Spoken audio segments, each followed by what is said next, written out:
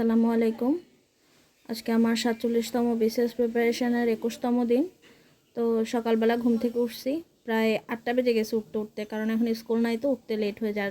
রাতে ঘুমাইছিও লেট করে। তো ভেবে পাচ্ছিলাম না যে সকালে কি খাবো। 2টা নুডলস সিদ্ধ করে নিলাম, কারণ পেঁয়াজ কাঁচামরিচ এগুলো কাটতে ইচ্ছা করতেছে না। আর 2টা ডিম ভেজে নিলাম। আর আজকে মনে হয় প্রায় 1-1.5 মাস পরে আমি সকালবেলা নাস্তা বানাইছি, কারণ বাচ্চাদের পরীক্ষার জন্য সকালবেলা নাস্তা বানানোই হয়নি। আমার ভালো লাগে সকালবেলা একা একা নাস্তা বানাই, একা একা রিল্যাক্সে বসে খাইতে, কিন্তু এতদিন সুযোগ হয়নি। তো আজকে বানাইলাম। আর আমার আন্তর্জাতিক বিষয়াবলীর 3টা ক্লাস বাকি ছিল, 3টা টপিকের উপর লাস্ট, ওগুলো ক্লাস করতেছি। ক্লাসের ফাঁকে ফাঁকে একটু নাস্তা খাবো। আর আমার কোচিংয়ে আন্তর্জাতিক বিষয়াবলীর উপরে ফাইনাল এক্সাম আছে, কিন্তু আমার আন্তর্জাতিক বিষয়াবলীর সিলেবাস শেষ হয় নাই বললেই চলে।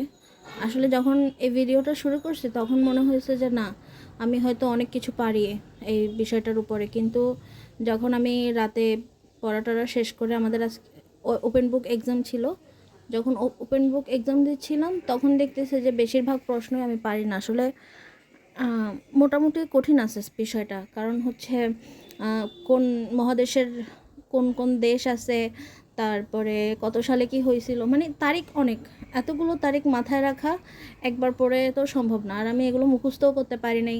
যেমন দ্বিতীয় বিশ্বযুদ্ধ, প্রথম বিশ্বযুদ্ধতে কোন দেশ কোন পক্ষের মধ্যে ছিল, কে জয়ী হয়েছে কে পরাজয় হয়েছে, এগুলো মনে রাখা মানে টাফ, মানে মুখস্থ না করলে মনে রাখা যাবে না এমন। তো এই সকালবেলা ক্লাস করছে মনে হয় আন্তর্জাতিক সংগঠন আর কূটনীতি, ওই চ্যাপ্টারটা নিয়ে। কিন্তু এখন পড়তে বসছি হচ্ছে বৈশ্বিক ইতিহাস।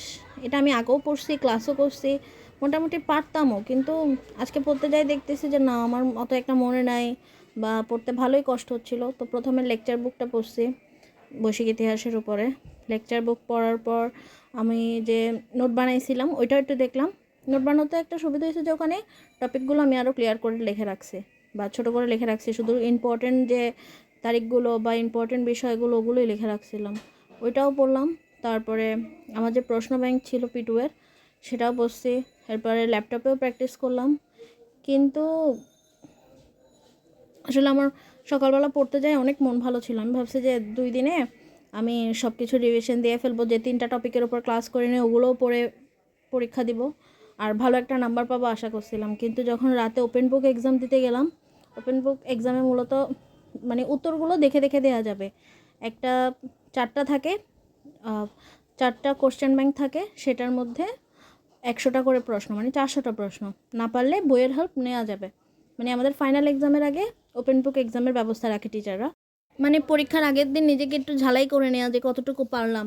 আর কোনো প্রশ্নের উত্তর না পারলে তো ওই দিন যখন দেখে দেখে পরীক্ষাটা দেওয়া হয়, আনসারটা তখন পারা যায়।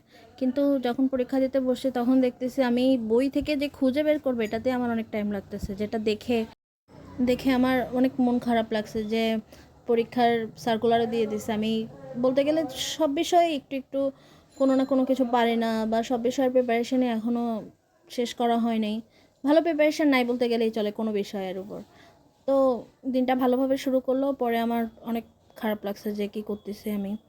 তো ঠিক করছি যে পরীক্ষাটা দিব কোনো রকম, ভালো নম্বর যে পাবো না আমি ওটা ভালো করেই জানি, বুঝতে পারছি, কিন্তু কিছু করার নেই। তো ঠিক করছি যে জানুয়ারি থেকে যখন নতুন সাবজেক্ট শুরু হবে কোচিংয়ে, তখন ওগুলো তো কোচিংয়ের সাথে সাথেই পড়বো। আর আন্তর্জাতিক বিষয়াবলী, তারপরে ইংলিশ লিটারেচার, এগুলোর একটা একটা টপিক, মানে কিছু কিছু বিষয় একসাথে আসলে এগুলো পড়া সম্ভব না। এর জন্য ভাবছি যে কিছু কিছু বিষয় মানে আমি অল্প অল্প করে প্রতিদিন পড়ব, আর ট্রাই করব মুখস্থ করার, কারণ এগুলো দেখতেছি মুখস্থ করা ছাড়া পড়ার উপায় নাই। আর হচ্ছে আগামীকাল যখন পরীক্ষাটা শেষ হয়ে যাবে, ফাইনাল পরীক্ষা আন্তর্জাতিক বিষয়াবলীর, এরপরে আমাদের কোচিংয়ে জিওগ্রাফির উপরে ক্লাসটা শেষ হয়ে গেছে। কিন্তু আমার পড়া শেষ হয় না, আমি বাচ্চাদের এক্সাম নিয়ে ব্যস্ত ছিলাম। তো এখন ঠিক করছি 2-3 দিন টাইম নিয়ে জিওগ্রাফি সাবজেক্টটা শেষ করতে পারি কিনা দেখি, আসলে আমি করতে পারবো কি না এই টেনশনটাতেই থাকি, মানে কোনো কিছু শেষ করা হয় না। চেষ্টা করব যে জিওগ্রাফিটা পড়ে ফেলতে পারি কিনা, আমি দেখাবো ভিডিওতে সামনে জিওগ্রাফি শেষ করতে পারছি কি না, দেন পরীক্ষায় কত পাইলাম 100-র মধ্যে, এটা জানাবো। কারণ দেখা যাবে একটা জবাবদিহিতা থাকবে। তো আমি প্রায় 2টা পর্যন্ত পড়ছি, এরপর আর পড়া সম্ভব না, কারণ বাচ্চারা আসবে, আমার গোসল করতে হবে, লাঞ্চ করতে হবে। তো বাচ্চাদেরকে পড়ালাম। আর আজকে আমার বার্থডে ছিল 25শে ডিসেম্বর। তো এই ছোটো বাচ্চাগুলো জানতো না, আর যেগুলো বড় বাচ্চা ওরা মেসেজ করছিল একদম 12টা বাজে সবাই। আর এই যে আমার এই স্টুডেন্টটা আমার জন্য চকলেট নিয়ে আসছে। আর এই তো মানে ভালো লাগে ওদের এই ভালোবাসাগুলো, কারণ বাচ্চাদের ভালোবাসাতে কোনো অ্যাক্টিং নেই। এই যে আমার বোন, খালাতো বোন, প্লাস ও আমার কাছে টিউশনও পড়ে, ও আমার জন্য গিফট আনছে। আর এই আমার ভাই, ও আমার জন্য একটা ললিপপ আনছে। আর সবচেয়ে ভালো লাগছে ওর এই ললিপপটা দেখে, কারণ ও এটা নিজে একা একা যে কিনে আনছে, ওর আব্বু আম্মু থেকে টাকাও নেয়, ওর কাছে টাকা ছিল সেখান থেকে কিনে আনছে। তো মানে আমার মন খুশি হয়ে গেছে অনেক। এই যে আমার আরও একটা স্টুডেন্ট, ও মাঝখানে বসে আছে।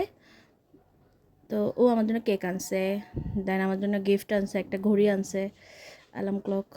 এই যে ওই পাশের মেয়েটা। তো এই তো আমার একটা আছে ঘড়ি, কিন্তু এটা আমার তাও অনেক ভালো লাগছে, মানে পছন্দ হয়েছে। মানে আমার যে যাই গিফট করুক না কেন, এমন না যে আমাকে অন্য কেউ অনেক কিছু দেয় নাই বা এর চেয়ে ভালো গিফট পাই নাই, বাট আমার বাচ্চারা যদি আমাকে একটা নর্মাল গিফট দেয়, ইভেন একটা চিঠিও লেখে, আমার এত ভালো লাগে যেটা বলার বাইরে।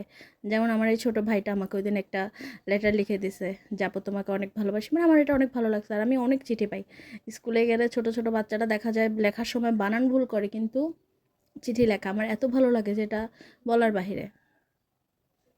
মানে আমার অনেক মন খারাপ ছিল, আমি আন্তর্জাতিক বিষয় বলে এটা পড়তে পারিনি, পরীক্ষা ছিল, কিন্তু ওদের এগুলো দেখে আমার ওই দিন অনেক মন ভালো হয়ে গেছিলো। এই